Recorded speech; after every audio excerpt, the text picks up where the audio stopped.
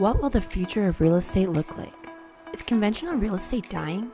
Join us while we dive into conversations to explore that very question and attempt to demystify current and potentially new real estate trends with the disruptors themselves.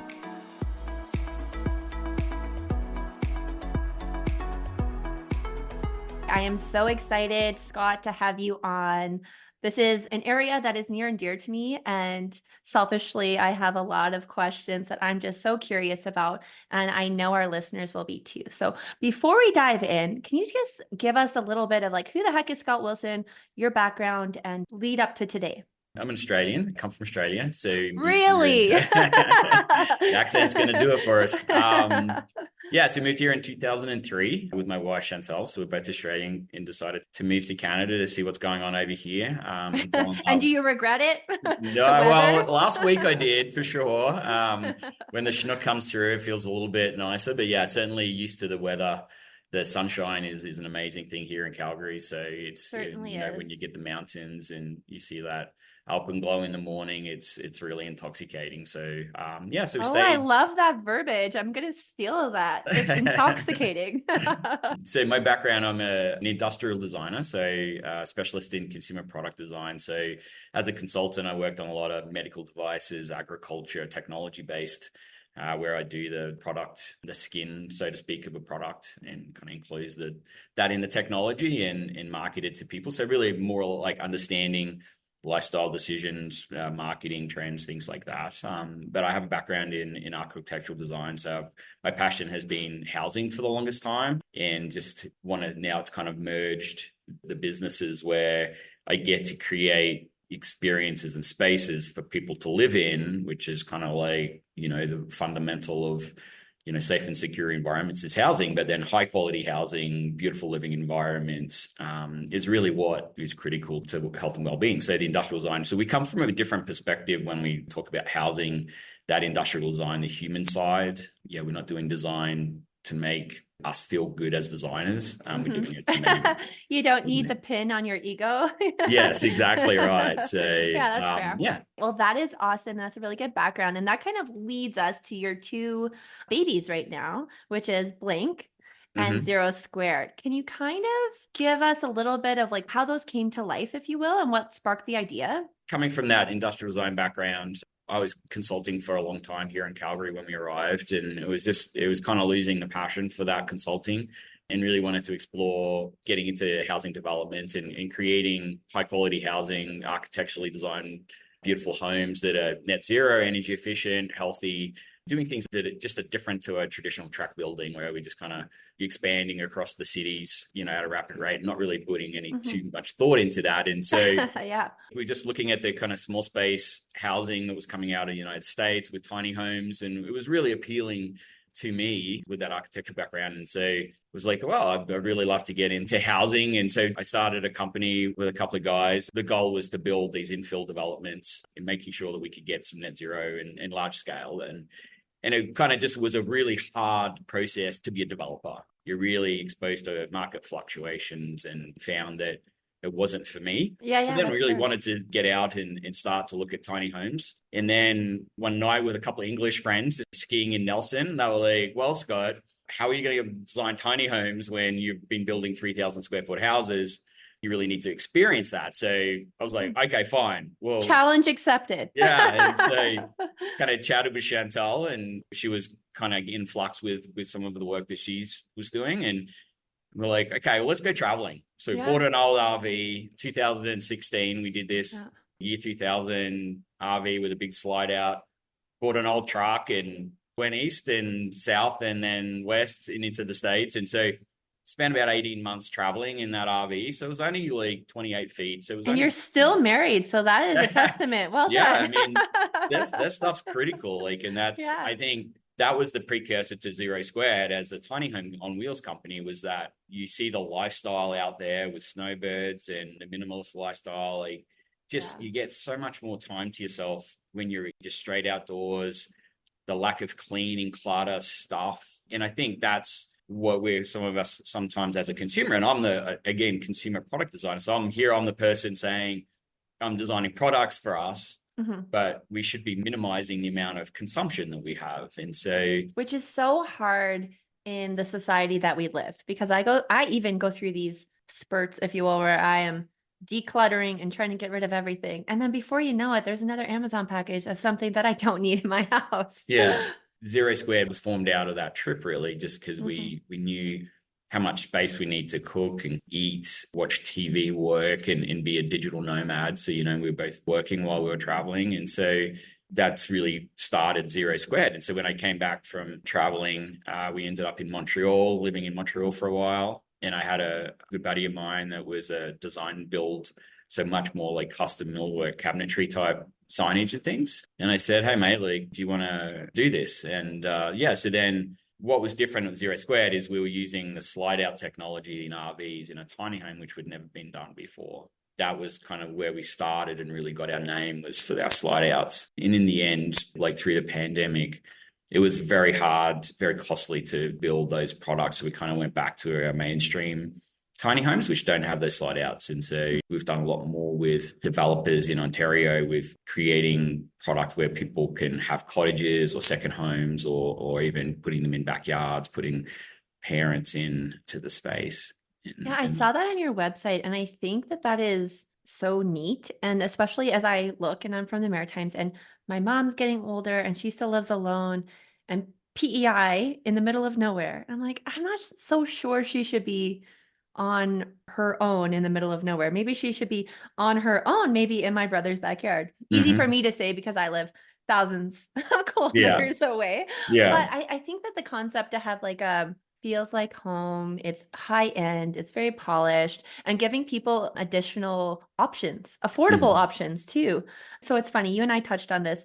The size of some of these homes are as big or not bigger than some of the brand new condos that we see in the big cities. Yeah. So it's wild when I think of this, and I would think of somebody's pushback, if you will, and it could be they're too small. But is it? Like you live in a condo where you pay condo or strata fees, depending on which area of the country, where you can have your own home, freehold, no strata fees, same Mm-hmm. space. It's really neat and very cool. And that's probably why we're seeing such a surge in popularity for both these and like modular homes and tiny homes and all of those alternative options, if you will. Yeah, well, the tiny homes on wheels were really where the growth that we've seen in those was specifically through the pandemic. It was surprising how many people were coming to us because finally the large companies were saying, okay, well, I don't want you to come to work anymore. And so now it's like, I can now have my home wherever I want and Mhm. travel with it, or, be a bit more transient in that digital nomad type style. And that's really where the market is pushing that agenda in housing, but the municipalities and land development side is they're just like, I don't know what to do with this, because how can I Mhm. say and have a permit to put a tiny home on wheels in a backyard, but then decide like in 8 months I'm going to leave? And so that becomes a property tax problem now for a municipality. I mean, Oh, right. Yes, that makes it's seen as sense. a safety issue and making sure, but those things are easily overcome. I mean, we built to Canadian standards codes, like all our houses are, in terms of mechanical safety, it was a very stringent process. So it's not like Mhm. we're just throwing a shed that we've made in our backyard and just put it up and said, here, call it a home. These are very well engineered. And our Mhm. houses, like even our tiny homes on wheels, exceed a code built home today in terms of energy efficiency and insulation values. And so that's frustrating for a lot of people because they want to have a house, but they Mhm. want to own a house, but they can't own a house because they have to be stationary. So we've got a new community of people coming through and growing up that want a transient lifestyle. And now they're stuck at kind of like either renting or buying and selling and buying and selling. And it's It's tough. costly. And Yeah. it's funny, it just occurred to me. You and Chantel were nomads before nomads were cool. Yeah, we were even trying to be influencers at the time, but then we ended up having too much fun and forgot to post, and yeah, so it was an interesting time for sure. So, Well, but if you can't learned a have lot. fun, what's the point, you know? Yeah, exactly. Yeah. You raised a few things, and even the laneway homes, which we also saw a surge in popularity. Was that 3 or 5 years ago? I'm not sure, but not too long ago. But there was also some pushback in terms of folks trying to put a laneway home and or garage suites, nanny suites over the garage and stuff. And so I don't know. Do you think that maybe society is just lagging, or parts of society, I guess? Or where do you think the disconnect is, I guess, is what I'm trying to get at. Yeah, I think that unfortunately we kind of run a bit of an individualistic lifestyle. It's like, Mhm.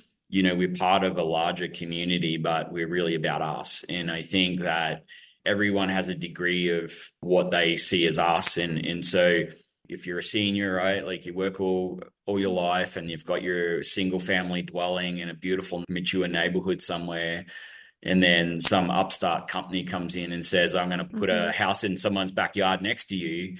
They're like, well, now like my density, my parking, like the stress goes up. And then all of a sudden you see that collectively. And then Yeah, because I think politicians, they follow what the language of their community is, and because they want to stay in, they feel a of lot. course. I'm not going to down on politicians here, but Mhm. folks come in with the best It's their intentions to, their to do job, something, right?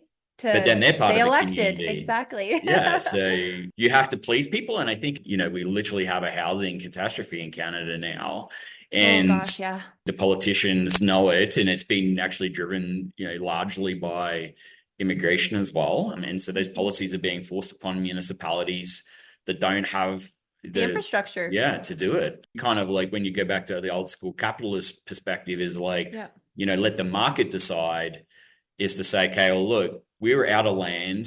Not everyone wants to live in a ginormous apartment complex. And so we kind of merge, we go from zero square now and we enter into the land of Blink Modular, which is taking the same ideology of small space living and high quality housing and putting that in to create what we call gentle density. So the missing middle housing Oh is to my say, gosh. okay, I'm going to stop you right there because I love gentle density. Like yeah. you should be putting this on socials because I think that gives like people just need terminology. When I was in oil and gas, I used to call it energy literacy, but this is housing literacy. Is kind of Yeah. like I'm just like, wow, that's great. You should copyright that. Yeah. Anyways, I'm sorry to interrupt, but carry on.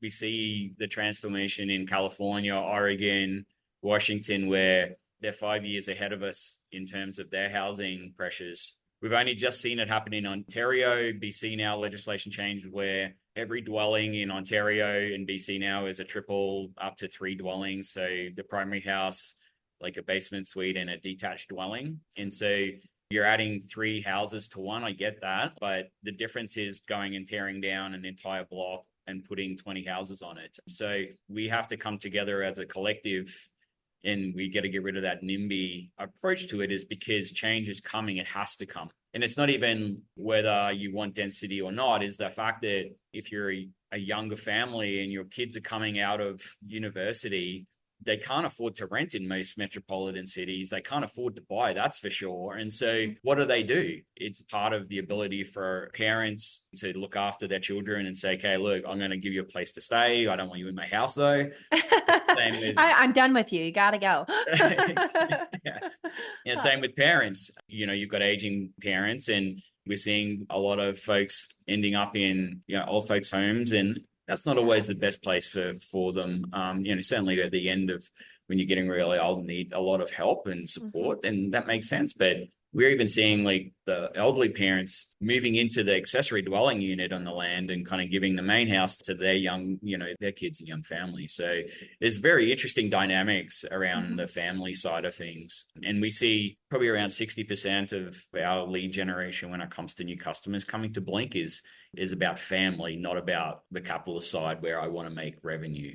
That's there, but largely it's about I need a place for my family. I love that because trends would show that for a long period of time, we were all losing what it meant to have a family and be close to family because people would move away for opportunities, etc. Same thing with community. And you kind of touched on it is I grew up in a very community focused area, even though it wasn't like you see in a city, in a suburb or inner city where I'm very close to my neighbors, but maybe I don't know who they are. Whereas when I was growing up, they could be 5 kilometers, but we knew their dog's name. They had a bunny, like it was very community focused.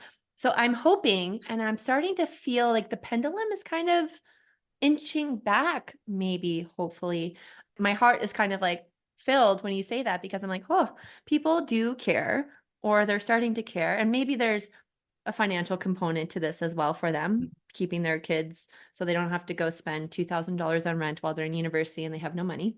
I also remember those days. Yeah. So I'm sure there's a component to that, but giving them a leg up, if you will, if we're talking about adult children going to university or, just married or whatever the case may be. So that's really like nice to hear.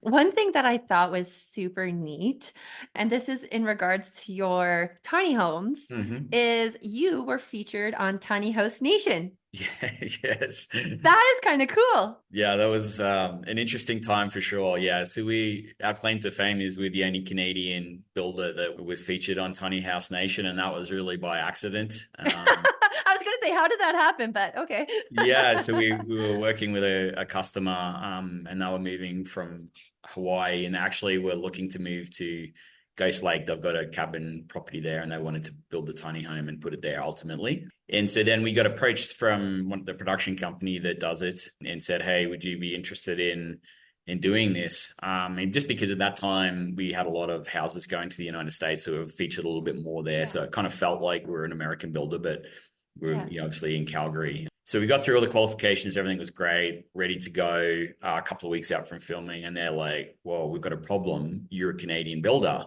We're like, You're like, okay, yeah, that you could wasn't a have Googled mystery. that. Yeah. We're so deep into it, and I just said, "Hey, look, we're looking to move into the States." Air quotes. So I had a colleague that was living in Coeur d'Alene and just down Spokane, Northern Washington. Do you do triathlons by chance? Yeah. Because that's a big tri spot. Yeah. And so, yeah, he found us a building, and we Fantastic. moved the whole shop down there for a week. I Because they love needed this. all the sponsors and everything had to be US based and things like that. Was a very hard experience. But I think as a tiny home builder, we're part of the alumni now of the show. It's kind of fun. And it was really one of the core shows that was helping more outside of some of the HGTV shows. But yeah, it was definitely fun and untold amount of like ribbing that I get because they were titling me on the show. Okay. So yeah, the Japanese mum didn't need subtitles, but the Australian builder did. That is so funny. Yeah. I love that. What a cool experience though. And I mean, Yeah. it's something that if you're out with friends and they don't know you that well, you can have a drink and kind of like share your experience, which Well, not many people can. well, I joke with Chantal because I'm now known as Scott Wilson on IMDb, the Internet Movie Database, as an actor, and I portrayed myself. So I'm like, That is funny. You know what? Maybe your next career is acting. Who knows? yeah. So, how have you seen the demand for modular and tiny homes like increase over the years? Yeah, And definitely. where do you see the trends going in the future? The tiny homes on wheels, what we're seeing really peaked through the late pandemic. We were at close to 8 months lead time. We were having troubles with some customers that were like, they had timelines, that made decisions, and we just literally couldn't get materials. Those were hard times. There was Yeah, driving costs, like labor shortages, the whole gamut of it was a shitstorm. yeah, like especially for builders. I mean, it was like, sometimes builders are looked upon as like, oh, you're just making money hand over fist. But it's like when you go for budgeting a build at $3 or $4 a 2x4, and we were paying $13 to $14 a stick, it was like we had range ovens that were just in like then when the Suez Canal issue happened, they weren't getting product through, and our oven supply was like, I literally do not know where our stock is. It's somehow we're out in the port of Los Angeles and we have no idea when it's coming. And we're like, trying to relay that to a customer to say, look, we can't finish your house because we don't have an oven, and we can't tell you when we're going to be able to finish your house because our supplier doesn't even tell us. And so, yeah, but anyway, go back to your original question. That was really the peak of it. It was and now like with interest rates, has really hit hard on affordability again of units with mortgage rates going up. So it's really cooled the market. But the Blink side, in terms of building what we call offsite housing, where we build the house in the facility and then move it to site, is really growing quite exponentially in Canada now, just with the legislation change in the two big provinces. And Edmonton has just changed. Calgary has approved it, but they haven't implemented the bylaw changes. So it's still discretionary. It's still like advertising to your neighbors and parking requirements. And so we kind of just have really cooled our advertising marketing here in even our own city until they can work themselves out. But yeah, Might be so some time. yeah, I continue to get the postcards like scan the QR code and have your yeah, feedback. I'm like, enough with the fucking feedback. Make a yeah, choice, like make yeah. a decision. But I guess like that's part about being an entrepreneur is you don't always have time to deliberate so often. Like you take the information, you make an assessment, you do a quick risk analysis, and you just have to kind of go and Hmm. I mean, I guess we'll see what happens here in Calgary, but it's always interesting to follow. It's definitely coming. Like we know Mhm. that with the change in zoning, it's I think the challenge we've got is that so when we talk about Blink in the context of whether we're talking to we've spoken to a lot of municipalities, a province, even Mhm. with our customers, is that the concept of the missing middle. So historically, we built single family homes. And then we didn't do any multifamily really. And so we did this massive urban sprawl. We've got traffic problems. EMS can't keep up. And then to counteract the early immigration flood that we had in Canada, that we went and built multifamilies like in Vancouver. I mean, you look at Metro Vancouver. I mean, those big cities do need to have that, don't get me wrong. But when we talk about the kind of neighboring suburbs, is that we went from single family housing right to, 100 apartment complex. And so we lost touch with that missing middle is about Mhm. maintaining neighborhoods and creating, again, that gentle density. So now we're repeating some of the problems we've had where it's like, okay, so now we're going to take a neighborhood, like in my neighborhood, I live in a really old neighborhood. My house is 1907. I mean, it's past its useful date. So Mhm. it really needs to be rebuilt. But just up the road, there's a pilot program where they're putting 20 houses. So, you've got 8 front to back. Each of those has a basement suite and then garage suites at the back. And so that's not missing middle. That is jamming multifamily housing into a neighborhood that's matured, that's going to start to lose its identity. And that's not what we're looking to do. We're looking Yeah. about having a house, putting a house in the backyard that you don't see from the front yard. It doesn't particularly increase the parking. It's not changing the neighborhood. You're adding this density into neighborhoods that already have infrastructure. The roads are there, EMS is there, the supermarket's there. We're not creating this new infrastructure on the outskirts of the city and having these long commutes. And that is Yeah. affecting people's quality of life. Like if you're forced to work downtown and you live in Seaton, that's a pretty tough gig, and people doing Mhm. that because they have to, for the largest part, for affordability. Affordability. But Yeah. yeah, and so if we can bring affordability back to these inner city suburbs without destroying the fabric of what they are, that's Yeah. the ultimate goal of Blink in detached accessory dwellings and laneway homes and things like that. I think it could just be a literacy piece. And right Mhm. now, what we're seeing is it's just a lot of developers capitalizing as well, right? Yes, So, yeah, and that's you're gonna give yeah, if we don't have dialogue and communication and look at what the options are, yeah, the big money's gonna come in and they're gonna wipe these houses out one by one, and the neighborhood you were trying to protect, overprotect, is now gone. So we're seeing that really done well in Portland as an example, has a huge housing crisis. And now they're even allowing tiny homes on wheels in backyards so long as it meets Hmm. certification and code. So yeah, I mean, those things are there and happening, and it's just got to be the political will to at least control the growth and look at that from a safety and how it fits within the neighborhood. Portland is an interesting case study for a variety of Yeah. reasons. It's at one point used to be such a vibrant and eclectic and amazing food scene and microbrewery scene, but Hmm. they're navigating a lot of challenges there for sure. Yeah, and then you've got the people want to go to these neighborhoods because they have a certain vibe about them, and then Mhm. and then you go there, and then that changes the fabric of the community. So it's this really balanced approach to the missing middle housing, and there's a lot of research policy, certainly out of BC, so the Small Housing Association, where it's like we're trying to create guidance for municipalities and for homeowners to understand how we got to change density within these cities without losing contact with what made the city the way it is or the neighborhood the way it is. Yeah, stakeholder relations is not a small feat, so I don't envy your Yeah. position there. And I think long term it will be very good, hopefully. It's an exciting time. Yeah, definitely. We've been waiting for it. I mean, Zero Squared was partially with the intention that we were going to be able to put them into backyards, and we're 6 years on and we still don't have legislation that allows that. I think that's a real problem because there's some really great builders in Canada doing very, very high quality tiny homes on wheels. We just have to do what we do. We like, we don't care where you put it, but the majority of the people come to us and say, where do I put this? And we're like, you can't put it in Calgary. You just can't. And they're like, why not? And Yeah. it's like, well, and it's a long process. And I'm like, we advise people to go and talk to their MLAs or local representatives and say, look, I need to be able to have some affordability and this is what I want to do. Mhm. Like, help me here. It is very interesting because we have some other builders or developers that have terrible business bureau ratings, Yeah. usually get sued, spin up a new numbered company. It's so unfortunate when you have clear processes, clear quality control, clear standards, great track record, like check, check, check, check, check, and then you can't get momentum or move things forward, and then you see somebody or groups that are doing stuff, cutting corners, not helpful after the build is done, just kind of in it to spin and get money, and then they're out and they don't really care.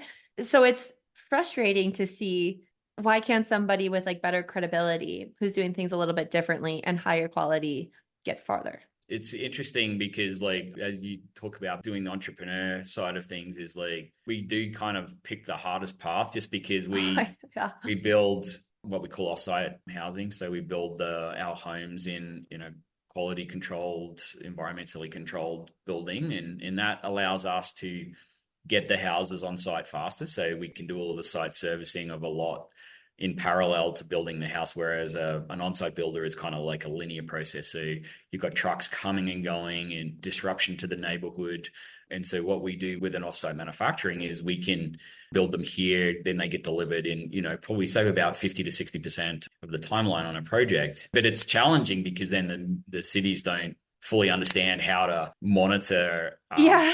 And even though the legislation and the certification stuff has been around forever, it's still like you're building a house in a factory. Like it's not, how do you do the quality control in that? It's like, well, the federal government mandates safety and quality assurance documents that most builders don't. And so when I talk about timelines, is that like, again, in our neighborhood, we've got all of the end lots have a new zoning, a trial zoning where you can make a corner lot into a fourplex with a full, so it's good, gentle density. That's what we're talking about. The missing middle is putting 4 houses on a lot. We're fully supportive. But their on-site builders have been there for 8 or 9 months. Their windows are ruined. It's not the greatest neighborhood. It's a gentrifying neighborhood that's coming up. And also challenges, right? Like you have to. And it's disruptive to the neighbors, right? Like you've got this development in your backyard that's like, 3 stories high, and you've got people breaking in there and camping Squatting, and burning stuff there. And it's like, it's an eyesore. And that's kind of why people don't want change, right? Because they look around, they're like, well, I don't want this to happen next door to me. And I mean, any reasonable person would kind of think that too. And it doesn't have to be like that. Like different doesn't have to mean bad. Yes. Shifting just a little bit, as you look to the future, what innovative trends or what do you anticipate the modular or tiny home industry? Like what shifts are you looking to adapt or thrive in the market? Because it's constantly changing. Or do you see anything wild that's going to happen in the next 3 to 5 years? Or do you think just more surge in popularity and mainstream, if you will? The CMHC, which is our federal housing association that kind of sets all of the research around housing needs and things like that. I mean, the big one that came out from last year was that, well, maybe the year before now, because we're in 2024. It happened quick.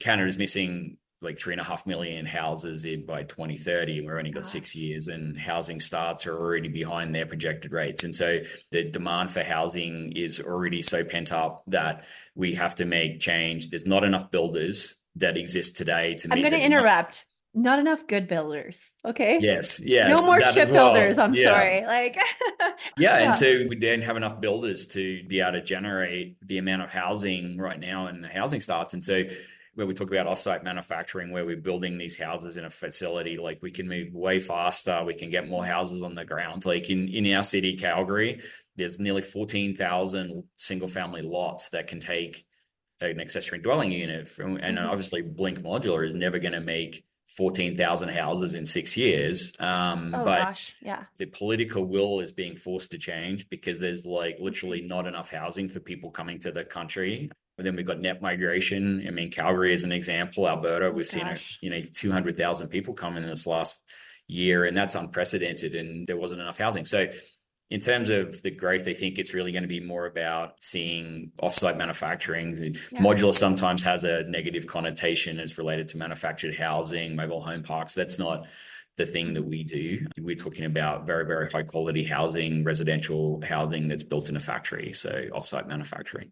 So that's really where we're going to see these beautiful laneways and garden suites popping up into the neighborhood. We're going to be keeping our parents and our kids here. It's going to be a much better suburb, I think, going forward, because you're going to have a mix of young people and older folk. That's what we need, and we giving people an opportunity to have housing. We don't want to just throw folks that are just coming, even in the homelessness side of things, right? Like people that Oh are on the yeah. verge before, people that were on the verge of they can afford a house, but now they're on the verge of not being able to, the affordability has changed. So those folks Hmm. that are just like, They're hanging on. working and got a job and got kids, they just can't, are going homeless. And so It's having so that kind sad. of, yeah, so you kind of that scattered housing, Hmm.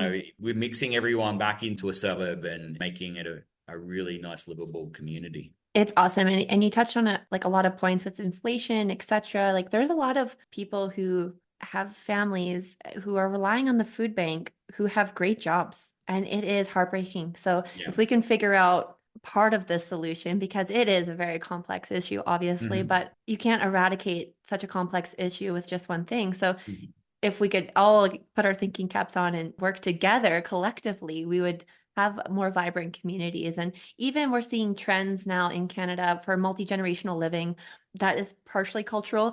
And that's because of all of the immigration and migration Mhm. stuff that we're seeing there. But also from your point, like we have a huge aging population right now that we also need to sort of address. And there's not enough elderly care facilities either. So, Mhm. I mean, this is a solution for a lot of problems. Yeah, it is.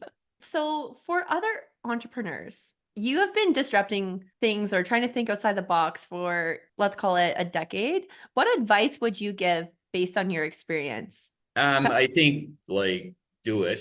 Like Just just do like it, the Nike yeah, slogan. just yeah. It comes down to a lot of relationship building and support around having folks, mentors, or listening to advice and asking for Mhm, advice because sometimes you don't ask for advice at the right time, and sometimes you follow opportunities, you go down a path, and it turns out to be the wrong path, and you can put a lot of time and effort and energy into it, and those things can't be solved by reading a book, or mhm, it's about actually going through the experience and learning that not everything is going to work out at the beginning, and it's going to be hard, and really try to leverage as much capital as you can, whether it's government supports, BDC, like start early in terms mhm. of those grant supports and things like that.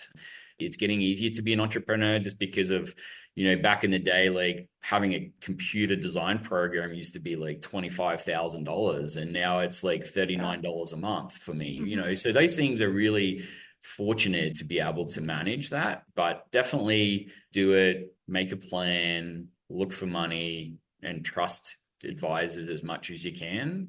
When you're younger, you see the old timers and you're like, sometimes where you see grumpy and so smart, it's like because they actually have been on the planet longer than us Yeah, and have yeah. seen this collection of stuff. And so when I look at me at 51 now, I'm like, I look back at everything I've been through and it's like, you should listen to me. you know, like Yeah. I've got good advice because I've been I've in the been trenches, through, okay? Learn yeah, from me. I've been knocked around a little bit, Yeah, in and corporate, we would call that lessons learned, right? Like the yeah. whole idea after like a project phase is to look back and collect all the lessons, i.e., shit that went wrong. And then as you look forward, try to mitigate those from happening again. And what I'm hearing you say is leverage people who have been there. They're willing And to and help. and and I think the other thing is to like partner with people that aren't like you. That's a good one. Like I'm a creative I can be disciplined, but for the most part, I'm breaking stuff. And so having partnerships that are like, someone that can be still creative but operational, which is my business partner, Glenn, that's with Zero Squared and Blink, is just kind of that grounding effect of being allow me to go off into the wilderness, knowing that I'm not going to get lost, and we can bring each other back and forward. And it's the same with having a partner at home, like with Chantal, like just the belief that you're what you're doing and you're getting where you're going. So It's just massive trust factor, hey? yeah. If you're an entrepreneur and you look at your business partner that you're going into business with and they look like you and act like you, that's not going to be a great idea, because at some point you will probably find that you're not going to be agreeing. So it's kind of like really that almost like the opposite in terms of opposites attract. team. Yeah. And you can't be good at everything, right? Like I think Yeah. when you're younger, I know I was guilty of this, especially. I'm sure you weren't, but I was. And you kind of think you're like the smartest person and you're great at everything. Yeah. And then as you like get older and you go through some phases or some experiences, you're like, well, shit, I'm not that good at this, or I don't know anything about that. And a mentor once told me, stop trying to get amazing at your weaknesses. Like to close the gap is just so much time and effort. Find something complementary or outsource or whatever, and really work on your strengths. And then those will really like overshadow your weaknesses and you can find help. And that really stuck with me. I don't know if that's something that you would agree with or not, but curious. Yeah, it's to progress, you have to break things. And so long as you have the means to fix it. And yeah, these things as an entrepreneur, it's like, until you get these lived experiences and start to see how far you're pushed, is that you're often really, really close to giving up. And it's that little fine part where you have to look back into your soul and say, I believe this. And, so long as not everyone in the universe is screaming at you saying you should stop, but like at some point, you have to have that internal fortitude to say, I probably should give up now. There's always going to be that entrepreneurial side of things. Is like failing is important in growth. Failing forward. Yeah. My business coach is always like, can you just lose your login to LinkedIn? I'll be going through a challenging time and it's really hard to not go back to the drip. Do you know what I mean by that? Like the bi-weekly salary, and it's like, I had a great career. Why did I leave that? But you leave and you move on for a reason.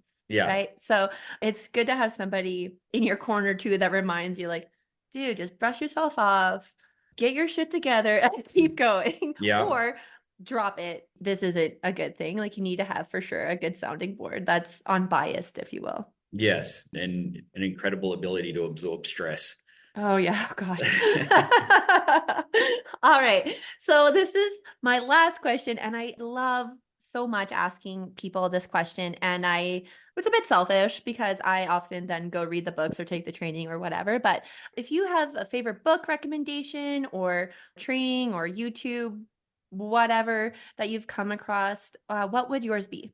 Well, I'm not a big book reader. I kind of absorb information from osmosis, kind of from the outside. But I think we were just talking about this yesterday, actually, is one of my favorite books is Outliers by Malcolm Gladwell. And it's just how a lot of people that are successful, whether it's financially, intellectually, technology-wise, it's just they've spent a lot of time doing what their craft is. It's not like you just wake up one day and go, I'm an entrepreneur and I've got the unicorn company. It's about the amount of time you put into something. And so the Outliers really is great from a case by case. And Malcolm Gladwell generally I find a really good writer about psychology of humans and the social science and all of that. Yeah. So I think that is a great one to look at, because it's like, it helps you tie, because, some people starting out, like if you're a tech person, you might look at Microsoft and Bill Gates and say, I need to emulate this guy. But if you actually know his history, he was the only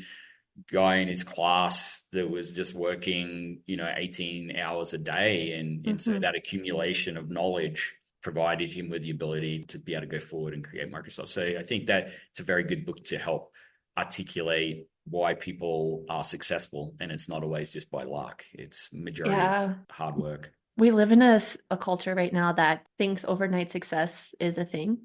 But if you really pull back the layers, to your point, and Malcolm Gladwell's research, like that overnight success was probably years in the making, and a lot of hardship and Yeah, crying and whatever in the background, right? Like it's rarely overnight. definitely. Well, that's awesome. Like, thank you so much, Scott. I know you're busy and you have lots going on and you just moved offices. So I truly do appreciate you taking some time to chat with me today. And I look forward to keeping the conversation going. It's been a pleasure to be on your podcast. Thank you so much for joining the conversation and exploring both current and predicted future real estate trends. Want to keep the conversation going? You can find us, Future RE, on both Instagram and TikTok.